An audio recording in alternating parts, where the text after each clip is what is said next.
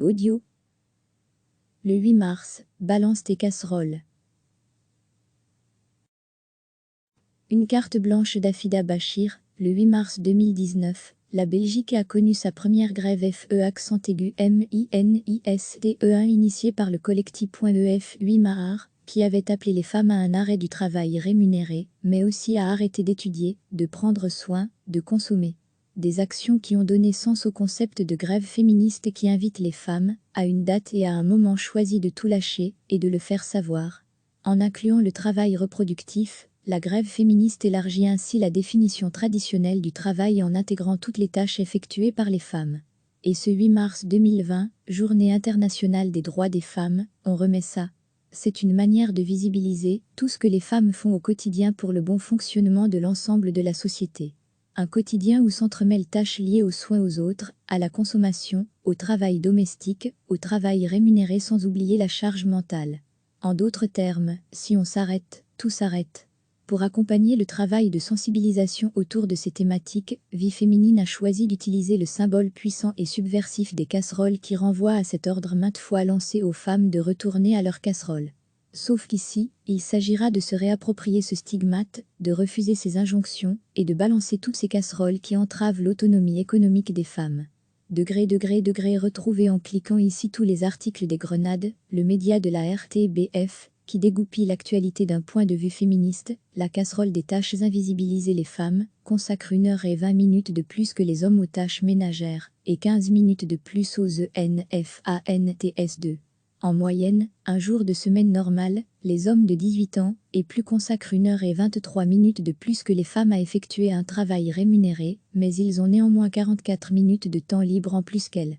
L'écart entre hommes et femmes concernant le temps voué à ces tâches s'est réduit depuis 15 ans, mais uniquement parce que les femmes y consacrent moins de temps. La durée des périodes que les hommes destinent aux tâches ménagères n'a pas changé depuis 1999-3.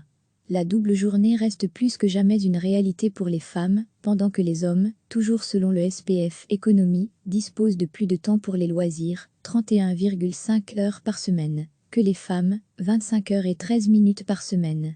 De plus, la charge mentale de l'organisation des différents temps de vie de la famille repose toujours sur les femmes.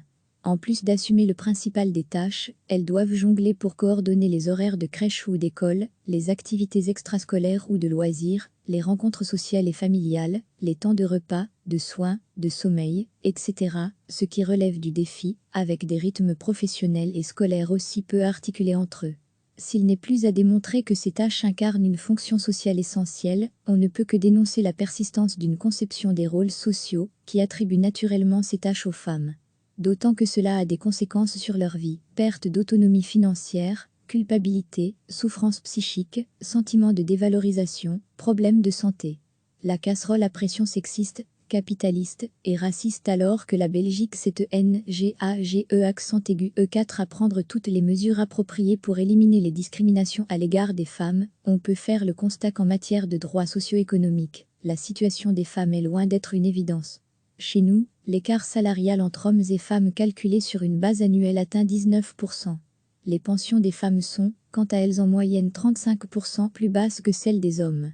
Les femmes se retrouvent massivement dans les emplois à temps partiel, 44% pour 9,6% d'hommes.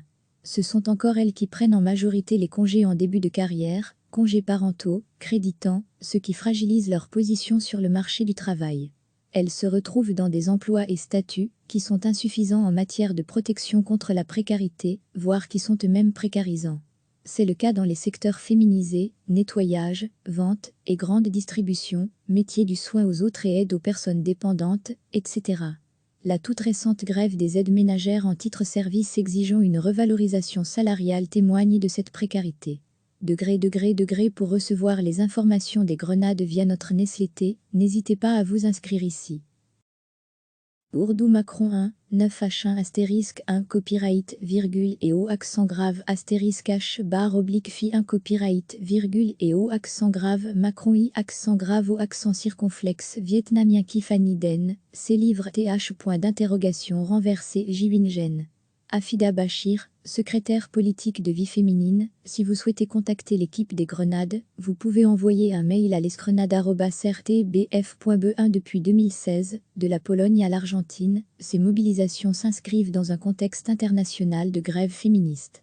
De genre et emploi, Institut de l'égalité des femmes et des hommes, 2016, https://igvmief.belgium.be/fr/publication /genre emploi temps 3, l'écart salarial entre les femmes et les hommes en Belgique, rapport 2017, SPF emploi 4 Convention sur l'élimination de toutes les discriminations à l'égard des femmes, Nations Unies, article 11, https://www.ocre.org/fr/ professionnel interest page pseudo.asp 5 sources https://www.wiwe.be indicateur statistique taux de travail à temps partiel recevez chaque matin l'essentiel de l'actualité.